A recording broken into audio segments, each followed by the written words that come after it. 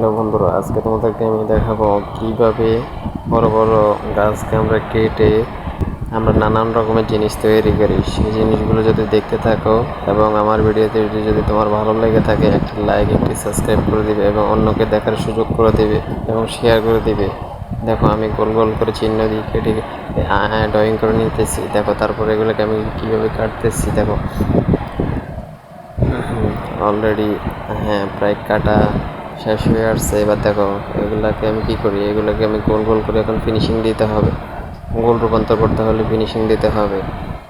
দেখো কত কি সুন্দরভাবে ফিনিশিং দিয়ে আমি গোল গোল গোল করতেছি।